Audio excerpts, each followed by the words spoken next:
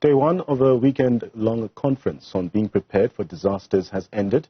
The event is being hosted by the Gift of the Givers in partnership with Stellenbosch University. Doctors, nurses, paramedics, rescue workers and logistics personnel have gathered to share notes. The challenges of working in scarce resources has come to fore. Erin Bates is standing by with the latest. Erin, day one has wrapped up so far. What has happened there? Yes, well, day one is currently wrapping up. We had expected to finish by now, but Dr. Imtiaz Suleiman, founder of Gift of the Givers, has kindly stepped out of the hall. They are in the last minutes of day one of this conference. Dr. Suleiman, you were saying this is quite a unique event in that the skills in the room are really diverse. Tell us more. It's very unique in the fact that it's not a theoretical conference. It's not an academic conference. It's not about research. It's about practicality. We are the most complete disaster team in the world. We don't do any medical. We do search and rescue, medical, K9, trauma counselors. We even do hostage negotiations. We supply medicines. We build hospitals. We support agriculture. We do every aspect. There's no other team in the world that does that. And this conference, every single participant is a Gift of the Givers member who's been on some kind of mission. And the aim is to take the audience into the mission and show you exactly what happens before, during, and after. And everybody's got a special set of skills. Yes, everybody may be a very good surgeon, a good orthopedic surgeon, a general surgeon, a pediatrician, but how do you adapt your skill where emotions are high, where there's challenges, where there's risk, where all kinds of things just don't work according to normal situation? It's not a normal area. It's a disaster. There's no functioning hospital. There's no theater. There's oxygen suddenly runs out of the machine. All those kind of challenges. And you've got the patient fast asleep, not breathing. And how do you adapt quickly? So it's about that and sharing our own experiences. Something that's really struck me is the adaptability of many of the people who've spoken today, whether they're orthopedic surgeons or disaster rescue, search and rescue workers. You know, you can name anybody, but there seems to be a kind of resilience that many of the people in the room have. How is that resilience fostered in the South African context? Well, these people are from South Africa, and they do come from South African departments. They work from the public service and a private service, private health or disaster management or whatever that may be. But the advantage of taking them into a disaster, they apply and they learn new skills. And that's why when the Turkey earthquake came, I could have taken private dogs, the K9s, and private handlers. But we didn't do that. We decided to take the K9, the SAPS K9 unit, because we said it's more practical and beneficial to the country if we have skilled public servants, and even those in the private we want to. So most of our teams are a combination of public and private.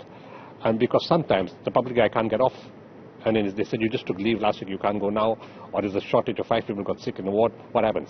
So to make sure we're fine, we have both sides. And that skill is beneficial to both sides. And that's why the people who come across get those skills and they come in and learn it here. And of course, here they do have skills. They do the jaws of life. They see the fire. They see the accidents. They see the trauma.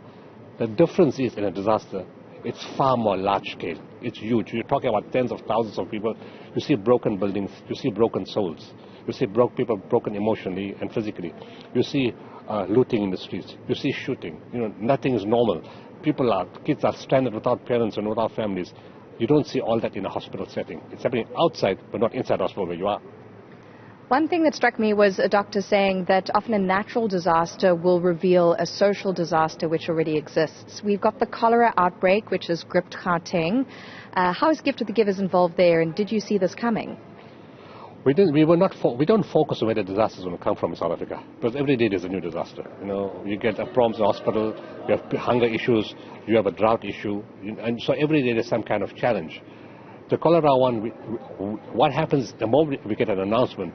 We respond immediately. We were the first people in, and the immediate need was water. People don't trust the water system, even though they haven't found the cholera in the water system.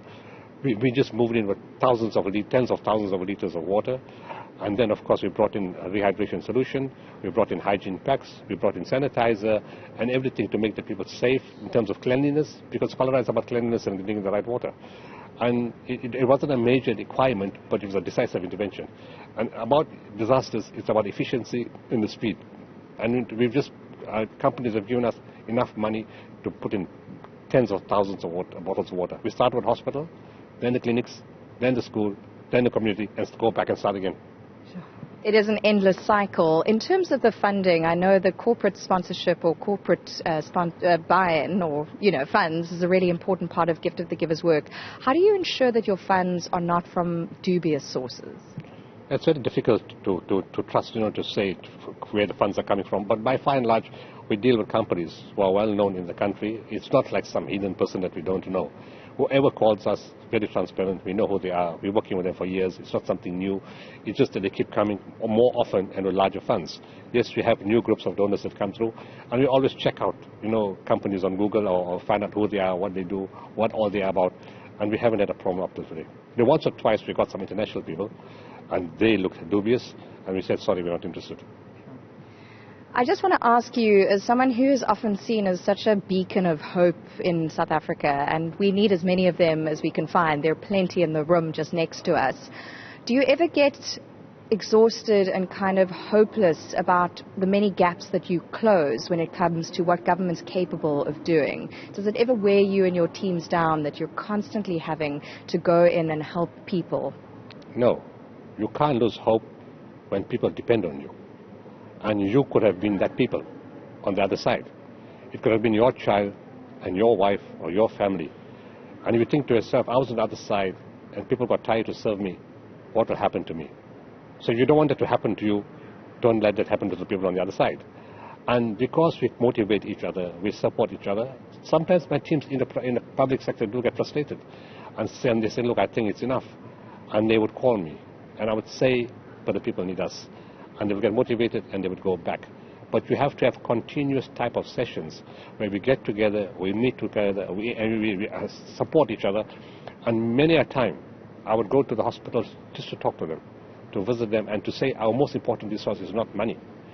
It's people like you in the public sector who serve with dedication, when you can make much more money in the private sector, you can leave the country, you can have a nice, easy life, but you stay with all the challenges and you serve. That's a blessing, that's spirituality, and people like that you need to hold their hand. And people like that are part of my team. Dr. Suleiman, thank you so much for your time. Day one of this conference now almost done in Nhlanhla. There is a second day tomorrow. It will include input from journalists as well, because of course members of the press have joined Gift of the Givers on these various missions, both locally and internationally. Important to note just how much work Gift of the Givers is doing at the moment here on home turf, whether it's dealing with feeding livestock, the issue of cholera, which is obviously sharply in focus at the moment, food shortages, water shortages, felt fires, fires, the list goes on, and many of those with hands-on experience on the ground in these various ventures here today at this conference at the Cape Town International Convention Centre. That's our reporter Erin Bates alongside Imtiaz Suleiman of Gift of the Givers. Of course, Gift of the Givers along with a number of other organizations sharing notes on disaster management out in the Western Cape this time.